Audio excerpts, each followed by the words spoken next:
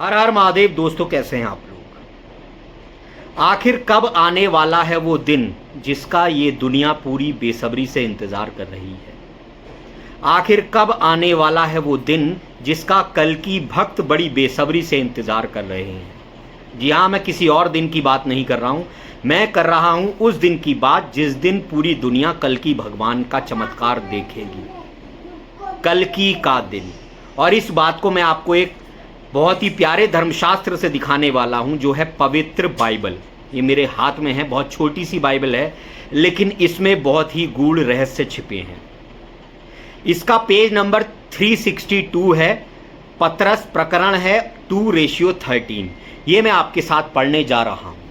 मैंने आपको पहले भी बताया है, जैसा पहले हुआ है वैसा ही अब होगा। तो इसमें टॉपिक दिया है प्रभु का दिन, यानी कल की भगवान का दिन। पेज में आपके साथ स्क्रीन पर शेयर कर रहा हूं, आप इसका स्क्रीनशॉट लेकर खुद पढ़ सकते हैं ताकि आपको पता चले कि मैं झूठ नहीं बोल रहा। तो इसमें लिखा है, हे प्रियो, अब यह दूसरा पत्र लिखकर मैं स्मरण दिलाते हुए तुम्हारे सच्चे मन को उभार रहा हूं कि तुम उन वचनों को जो पवित्र नबियों द्वारा पहले से लिखे गए थे और उद्धारकर्ता प्रभु की उस आज्ञा को जो तुम्हारे प्रेरितों द्वारा दी गई थी स्मरण करो। यानी ये कह रहे हैं कि अब मैं ये बातें जो लिख रहा हूँ ये पहले से पूर्व निर्धारित है, जो नबियों ने लिखी है, जो उद्धारकर्ता ने खुद हमसे लिखवाई है, यानी ईश्वर ने लिखवाई है। सर्वप्रथम यह जानो कि अंतिम दिनों में ठट्ठा उड़ाने वाले ठट्ठा उड़ाते जाएंगे। यानी जब अंतिम दिन आएंगे कलयुग के, तो तुम्हारी जो मजाक उड़ाते हैं वो मजाक उड़ाते जाएंगे, यानी कल की भक्तों की, जो अपनी दुर्वासनाओं का अनुसरण करेंगे और कहेंगे कहाँ गई उसके आगमन की प्रतिज्ञा। यानी आपका सब मजाक बनाएंगे, क्यों भाई, तुम तो कहते थे कि कल की अवतार आएंगे, दुनिया नष्ट होगी, लेकिन अब बताओ वो बातें कहाँ गई। हमारे पूर्वज तो सो गए, फिर भी सृष्टि के आरंभ से अब तक सब कुछ वैसा का वैसा ही चला आ रहा है। कहेंगे तुम तो कहते थे दुनिया नष्ट हो जाएगी, हमारे पूर्वजों से अभी तक ये सृष्टि ऐसे की ऐसी ही चली आ रही है और आगे भी ऐसी ही चलती रहेगी। जैसे कुछ लोग कहते हैं कि कलयुग अभी 4,32,000 वर्ष का है। जब वे ऐसा कहते हैं तो यह भूल जाते हैं कि परमेश्वर के वचन द्वारा ही बहुत समय के से आकाश विद्यमान है और पृथ्वी जल में से बनी और जल द्वारा ही अस्तित्व में है। इसी से उस समय संसार जलमग्न होकर नष्ट भी हो गया, परंतु उसके वचन द्वारा वर्तमान आकाश और पृथ्वी भस्म किए जाने के लिए रखे गए हैं।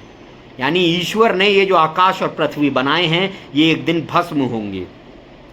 ये अधर्मी लोगों के न्याय और विनाश के दिन तक ऐसे ही रखे जाएंगे। जब तक इन अधर्मियों का विनाश नहीं करा जाता तब तक ये आकाश और पृथ्वी ऐसे के ऐसे ही रहेंगे। फिर कह रहे हैं, हे प्रियो, यह बात तुमसे छिपी ना रहे कि प्रभु की दृष्टि में एक दिन 1000 वर्ष के बराबर है और 1000 वर्ष एक दिन के बराबर है। प्रभु अपनी प्रतिज्ञा को पूरी करने में विलंब नहीं करते, जैसा कि कुछ लोग समझते हैं, परंतु वह तुम्हारे प्रति धीरज रखता है। अब कुछ लोग कहते हैं कि अभी तक प्रलय क्यों नहीं हो रहा है, कल की सबके सामने क्यों नहीं आ रहे हैं। तो वो कह रहे हैं कि ये तुम्हारे प्रति धीरज रखने के लिए ये भगवान कर रहा है। ये समय जो बढ़ाया जा रहा है, कुछ चुने हुए लोगों को जो अभी तक चुने नहीं गए, इकट्ठा नहीं हो पाए, उनको बचाने के लिए समय बढ़ाया जा रहा है। वह यह नहीं चाहता कि कोई नाश हो, परंतु यह कि सब पश्चाताप करें। यानी भगवान कभी नहीं चाहते कि इन सब मनुष्यों का नाश हो, तो ये इन्हें समझा रहे हैं। जैसे कोविड-19 जो आया था, उससे भगवान ने लोगों को समझाया था कि अब भी सुधर जाओ, परंतु यह कि सब पश्चाताप करें। परंतु प्रभु का दिन चोर के सदृश आएगा, जिसमें आकाश बड़ी गर्जन के साथ लुप्त हो जाएगा। कह रहे हैं परंतु प्रभु का दिन, यानी कल की का वो दिन जिस दिन ये दुनिया हिलाई जाएगी, चोर की तरह आएगा, यानी किसी को पता नहीं होगा और आकाश लुप्त हो जाएगा। तत्व प्रचंड ताप से नष्ट हो जाएंगे, सारी दुनिया प्रचंड ताप से नष्ट हो जाएगी। आप देख रहे होंगे सूरज कितनी गर्मी बरसा रहा है, और पृथ्वी तथा उस पर किए गए कार्य भस्म हो जाएंगे। और ये जो अधर्मियों ने पृथ्वी पर पाप किए हैं ये सब भस्म हो जाएंगे उसमें। जबकि ये सब वस्तुएं इस प्रकार नाश होने पर जो तो तुम्हें पवित्र चाल चलन और भक्ति में किस प्रकार के लोग होना चाहिए। कह रहे हैं जब तुम्हें ये सब बातें पहले से यहाँ पर लिखी दिख रही हैं तो तुम्हें अपना चाल चलन सुधार लेना चाहिए। तुम्हें परमेश्वर के दिन को शीघ्र लाने के लिए किस प्रकार प्रयत्नशील रहना चाहिए। उस दिन के कारण आकाश जलकर नष्ट हो जाएगा और तत्व प्रचंड ताप से पिघल जाएंगे।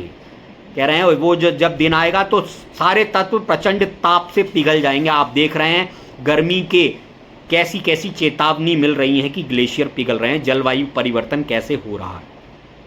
परंतु उसी प्रतिज्ञा के अनुसार हम एक नए आकाश और नई पृथ्वी की राह देख रहे हैं जिसमें धार्मिकता वास करती है। कह रहे हैं लेकिन इन सब के बीच हम इंतजार कर रहे हैं कि एक नया आकाश बनेगा और एक नई पृथ्वी बसेगी जिसमें क्या होगा, धार्मिकता होगी, यानी सतयुग होगा।